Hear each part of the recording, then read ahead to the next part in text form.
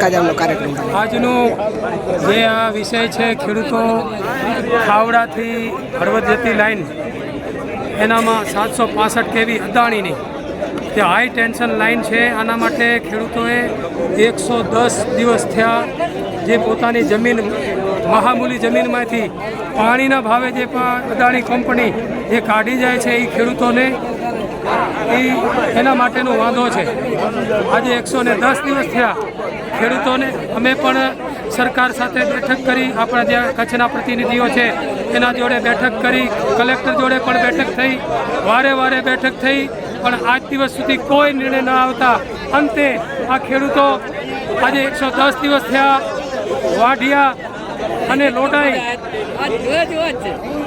લડત ચલાવી રહ્યા હતા, શાંતિથી લડત ચલાવી રહ્યા હતા, છતાં પણ અમારી બેન દીકરીઓને ઢસડીને જે એને ડિટેન કર્યું છે અને એના બેન દીકરીઓને કપડાં ફાડી નાખ્યા છે, ત્યાં સુધી આ તંત્ર પહોંચ્યું છે।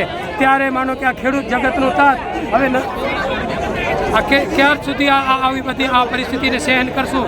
મિત્રો, આને શાંતિથી નથી બેસવા દેવો। અમે એમ ધારતા હતા કે ભાઈ આ ખેડૂતો શાંતિથી કામ કરે અને એને કરવા દઈએ, પણ આ તંત્ર અને સરકાર અમને શાંતિથી આ ખેડૂતોને કામ કરવા નહીં દે। આખર બાર આજે આ રોડ ઉપર રસ્તા ઉપર આવવાની પરિસ્થિતિ નિર્માણ પામી છે।